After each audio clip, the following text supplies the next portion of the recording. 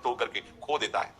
ये छोटी छोटी परिचयां, छोटी छोटी कामनाएं, ये प्रारब्ध के अनुसार हैं। सुनो भरत भावी प्रबल, वशिष्ठ जी कह रहे, जिनको भगवान वशिष्ठ कहा जाता है, जो भगवान श्री राम के कुल गुरु पद पर विराजमान है, भगवान श्री राम को उपदेश कर रहे, वो भरत जी से कह रहे, सुनो भरत भावी प्रबल, बिलख कहो मुनिनाथ, हानि लाभ जीवन मरण जस अपजस विधियात। ये विधान पहले से हो चुका है। संतों के पास क्यों जाया जाता? विधान को मिटाने के लिए, पलट देने के लिए। तुम्हारे भाग्य में नहीं लिखा भगवत प्राप्ति, खूब अखंड भजन करोगे, ये नहीं लिखा है भाग्य में, ये कृपा से है। जब कृपा से साधु समागम मिला तो भव समुद्र से मुक्त होने का अवसर। जैसे आपके संतान नहीं हो रही, मत चिंता करो, आपका अंतिम संस्कार और पिंडदान जो पुत्र नहीं कर सकता वो गोपाल जी कर देंगे। गोपाल को अपना पुत्र मान लो और प्यार करने लगो, वो सब संभाल लेंगे। आपको लगता है कोई सेवा करने वाला तो हो? संसार का पुत्र कोई बिरला भगवत मार्ग में चलने वाला होगा जो माता पिता की सेवा प्राणपन से भगवत भाव से करता हो। नहीं, पढ़े लिखे देश विदेश बहुलिए घूम रहे हैं और माता पिता घर में वो अंदर से मोह में आसक्त जल रहे हैं और शरीर कार्य करने लायक नहीं रह गया। देखो ना, आप देखो, अगर गोपाल जी का तो जब वयोवृद्ध हुए श्रीधर बाबा, हम इसलिए उदाहरण देते हैं कि देखो भगवान के दासत्व की महिमा। उन्होंने किसी को मंत्र नहीं दिया, किसी को शिष्य नहीं बनाया, कभी जीवन में परिचय नहीं बनाया। ऐसे महापुरुष इतना बस एक गमछा टाइप लपेट लेते, पूरा ऐसे एक झोली टांग ली, एक छड़ी, बस कोई कह ही नहीं सकता था महात्मा बाहर के भाव से। नहीं, एकदम दैन्य किंचन। जब वृद्धावस्था आई, उठने लायक नहीं रह गए तो जानते हो, दसियों साधु होड़ लगती थी कि आज हम शौच धोएंगे। नहीं नहीं, तुमने कल धोया था। ऐसे जैसे बालक को मां शौच कराती है, ऐसे बाबा को शौच। कितनी सेवा, कौन करवा रहा है? हरि। ये गोपाल जी जिनको अपना मान लिए और अपने को गोपाल जी के चरणों में समर्पित कर दिए, अब उनके पितर क्या 21 पीढ़ियां तर जाएंगी। तो जैसे किसी के मन में हो कि पुत्र, शास्त्रों में आया है पुत्र नहीं होगा तो पुत्र नाम के नरक में, पुत्र का तात्पर्य संतान से होता है, कोई संतान होनी चाहिए, ऐसा गृहस्थ धर्म में शास्त्रों ने वर्णन किया है। एकादश स्कंद में भगवान ने कहा है जो मेरी भक्ति से युक्त हो जाता है वो सब ऋणों से मुक्त हो जाता है। मातृ ऋण, पितृ ऋण, देव ऋण, ऋषि ऋण, सब ऋणों से मुक्त, क्योंकि जीवन का परम लाभ प्रभु।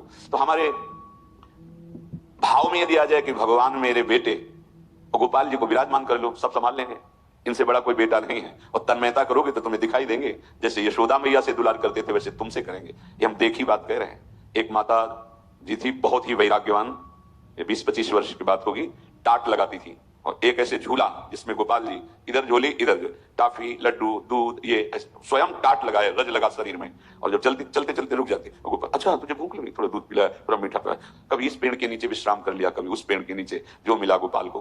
गोपाल की मां नाम से हमारे वृंदावन में प्रसिद्ध थी, गोपाल की मां। भगवान को जिस भाव से दुलार करो वैसे दुलार कर। तुम्हें ये चिंता नहीं करनी मेरा कोई नहीं, वास्तविक कोई नहीं, हरि के सिवा तुम जान नहीं पा रहे। हरि बिनु अपनों को संसार, माया लोभ मोह है चाड़े चाड़े दबाए। ये तुम्हारे ऊपर चढ़े बैठे, तुम्हें दिखाई नहीं दे रहा। ये जो तुम्हें बहुत प्रियता नजर आ रही ना, कि तुम्हें बहुत प्यार करते हैं, भ्रम भ्रम। एक कदम परमार्थ में ना चला जाए इसलिए ये तुम्हारे ऊपर चढ़े बैठे हैं। कौन? मोह माया, मैं और मोह तोड़ते हैं। माया माया लोभ मोह, ये सब तुम्हें दबाए हुए कि कहीं तुम माया की रेखा क्रॉस करके परमार्थ में कदम न रख दो। और इसके समीप ही एक नदी बहती है, काल नदी की धार। अब ये दबाकर तुम्हें काल नदी में फेंक देंगे। माया लोभ मोह ये दबाए हुए हैं, ये क्या करें? इनसे मुक्त होने के लिए मिला है। माया से, मोह से, लोभ से, काम से, क्रोध से, इनसे मुक्त होने के लिए मिला है। जो तुम्हारा परिवार है, मित्र है, तुम्हें समाज प्यार करती है, बस वो उतना ही समझ लो। ज्यों जन संगति होत नाव में, रहत न परले पार, तैसे धन तारा सुख संपत्ति, बिछुरत लगे न बार। हरि बिनु अपनों को संसार। जैसे बड़ी नौका में सैकड़ों लोग बैठे हैं, आपस में बात कर रहे हैं, हंस रहे हैं, ऐसा लग रहा है सब एक घर के हैं। नाव किनारे लगी, सब अपने अपने उतरे और चले गए, कोई किसी से नहीं पूछता। ऐसे ही परिवार के जन, तुम चाहे जितना प्यार करो, उसका समय आया चला गया, वो तुम्हें दोबारा स्मरण नहीं करेगा। जहां शरीर छोड़ा अब वो दोबारा स्मरण, वो तो बंधन में है या मुक्त हो गया, दोनों बातें। जो भजन करने वाले मुक्त हो गए, जो माया से युक्त है बंद कर अन्य कर्मों का दंड भोगते हुए फिर अन्य योनियों में जाएंगे, और तुम उनकी याद में अपना जीवन रो रो के बिता दोगे। कह रहे कि मत अंदर से राग करो। जैसे नौका में बैठे, अपनी अपनी उतर गए, स्टेशन में बैठे हंसकर बातें कर रहे हैं, चाय पी रहे हैं, जी आप कहाँ के हो, आपको कहाँ जाना, बातें हो रही, गाड़ी आ गई, वो बात छोड़ा, अपनी गाड़ी में बैठा चला गया। बात करते करते प्राण निकल गए, खाते खाते प्राण निकल गए, चल रहे हैं प्राण निकल गए, हंस रहे हैं प्राण निकल गए, नाच रहे हैं प्राण निकल गए। कितने ऐसे आपको? क्यों प्राण निकल गए? समय आ गया, समय रूपी गाड़ी में बैठे चले गए। कौन तुम्हें पूछता है? तुम राग किए हो तो जीवन बर्बाद करो। ऐसे ही ये धन, ये शरीर, ये संबंध, अगर आपने इनमें भगवत भाव भगवत समर्पण नहीं किया तो धोखे में तुम्हारा पूरा जीवन नष्ट हो जाएगा। मानुष जन्म नाम नर हरि को, ये मिले न बारंबार, इही तन छन भंगुर के कारण, गर्वत कहा गंवार। ए मूढ़, ये मनुष्य का जन्म और भजन करने का समय, ये दो बार बार नहीं दिए जाते, बार बार तो बनत नहीं। ये समझ लो दुर्लभ वस्तु आपको प्राप्त है। सुत दारा धन लक्ष्मी पापियों के घर होए, संत समागम हरि कथा तुलसी दुर्लभ तो।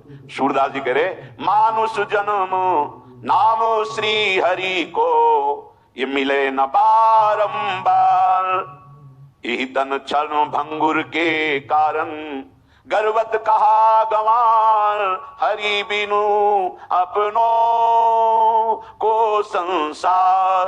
ऐ मूढ़, ऐ अहंकारी, किस बात का अहंकार कर रहा है? धन संपत्ति, शरीर बल, लोक बल, व्यवहार बल, ये सब क्षण में नष्ट हो जाने वाला है। ये तन क्षण भंगुर, तुम्हारा शरीर भी क्षण भंगुर, ये सब क्षण भंगुर। दो चीजें दुर्लभ हैं, क्या? मनुष्य शरीर और भजन करने का समय। एक बड़े महापुरुष के समीप बैठे हुए थे, बहुत कम बोलते थे, तो बोले बच्चा, गांव की भाषा, गांव की, ये लाल कपड़ा पहन लिए हो तो जानते हो इसका मतलब क्या है? और नहीं स्वामी, संतोष है, जितना ले सको इसलिए अपना ज्ञान मत बगाड़ो उनके सामने। और प्रायः दो चार बातें जो सीख ली जाती ना, तो बड़े महापुरुषों के सामने जाकर वही बातें हम मतलब अपने को ज्ञानी सिद्ध करना चाहते। अरे तुम्हें जितना आता है वो तो आता है, उनसे लो जहां आए हो लेने, चुप रहो। जानते भी हो तो तुम अपनी बुद्धि के विषय को जानते हो, और वो बुद्धि से जो अतीत तत्व है उसके ज्ञाता है, तो उनकी बात सुनो। पर प्रायः देहाभिमानी जीव ऐसा नहीं, वो आके अपनी बात, हाँ शांत रहो, समझ रहे तुम बहुत जानकार हो, पर जितना जानकार हो अपने आचरण में उतार पाए, हम बगा देगा। हाँ, जितना जानते हो उतना जीवन में उतार पाए नहीं, तो फिर ज्ञान किस बात का? तो महापुरुषों के सामने चाहे जितना ज्ञान हो। एक आए थे, हमें तो प्रभु का उनका नाम भी याद नहीं आ रहा, जो बहुत उनकी पदवियां थी आचार्य की, विद्वान, संस्कृत के, वेद के, व्याकरण के, क्या क्या ऐसे, इतनी दैन्यता। तब लगा कि जो शास्त्र में लिखा है विद्या विनयम ददाति, वो साक्षात उनमें देखने को, आंखों में आंसू, साष्टांग दंडवत करके ऐसे दैन्य, ऐसा लग रहा था कि ये क्या कुछ जान। और जब डिग्रियां उनकी दिखाई तो बड़े बड़े शंकराचार्य उनके पढ़ाए हुए, उनके शिष्य, भगवान के जो मठ हैं आदि गुरु भगवान शंकराचार्य, उनके पढ़ाए हुए कई ऐसे, और उनकी छवियां दिखाई जो उनका पूजन कर रहे हैं वो ऐसे। तब लगा कि हाँ, विद्या का जो स्वरूप है वो आम रहित होकर दैन्य प्रदान, विनय प्रदान करने वाला। और हम लोग दो चार बातें जानते हैं तो हम जाकर संतों के सामने ऐसे धोखे में मत रहो भाई। मन बहुत विचित्र है और अहम बहुत विचित्र है। हाँ, बहुत विचित्र है, इसीलिए गुरु बिनु भव निधि तरह न कोई, चाहे शिव विरंच सब। वो जब दृष्टि पड़ती तब लगता है छल कपट से तुझे भुलावे में डालने वाले, अब इस मन को और आम को हम देख लेंगे, बस तुम भागना नहीं। ऑपरेशन इसका ऐसा हो जाएगा बिल्कुल पवित्र, और प्रियालाल की सेवा लायक बन जाओगे। भागना नहीं बस, क्योंकि ये चलाएगा जब इस पर प्रहार होगा गुरुदेव का, और गुरु की कृपा के बिना इनको सुधारना बड़ा असंभव, बड़ा असंभव। तो कह रहे हैं कि ये दो चीजें दुर्लभ है, पकड़ो दुर्लभ बात। मनुष्य जन्म मिल गया, कृपा से मिल गया, और समय भजन के लिए। तो उन महापुरुष ने कहा, ये लाल कपड़ा रंगा के आप घूम रहे हो तो जानते हो इसका मतलब? नहीं महाराज जी, हम नहीं जानते। बोले काषाय वस्त्र अग्नि है, मानो आपका कुछ नहीं रहा, सब कुछ भस्म हो गया। इसको धारण किए हो तो केवल एक भगवान के सिवा कोई तुम्हारा नहीं। जी, आगे की बात समझना। लोग तुम्हें भगवान कहेंगे, लोग तुम्हें सरकार कहेंगे, लोग तुम्हें अवतार कहेंगे। शब्द थे महापुरुषों, हमने देखा जो सिद्ध महापुरुषों के शब्द थे ना, वो वही सब दिखाई देते। सावधान रहना, ये तुम्हारे समय को नष्ट करने के लिए माया आखिरी जाल डालेगी। डायरी में लिखा है हमारा, ये होगा लगभग 30-32 वर्ष पहले की बात। ये डालेगी, लेकिन फंसना नहीं। पहले आएगा, दाना डालेगा, जाल बिछाएगा, चुगना नहीं, स्वीकार मत कर। कैसी हरी कृपा होती है कि पहले से पहले ही हमने तो जीवन में देखा, जहां जरूरत होती है वहां संत भगवान। एक निराशा आ गई जब किडनी फेल हुई, सेवा में रत सुधानिधि की श्लोक उच्चारण कर रहे थे, श्री जी के पात्र मार्जन कर। हमें संतों नहीं दिखाई दे, परिक्रमा तो लगाते बहुत ऐसे फिर बात। श्वेत वस्त्र, बहुत गोरा बदन, कृष्ण शरीर, हमको देखा नहीं, वो सामने खड़े थे। क्यों साधु हो के उदास क्यों हो?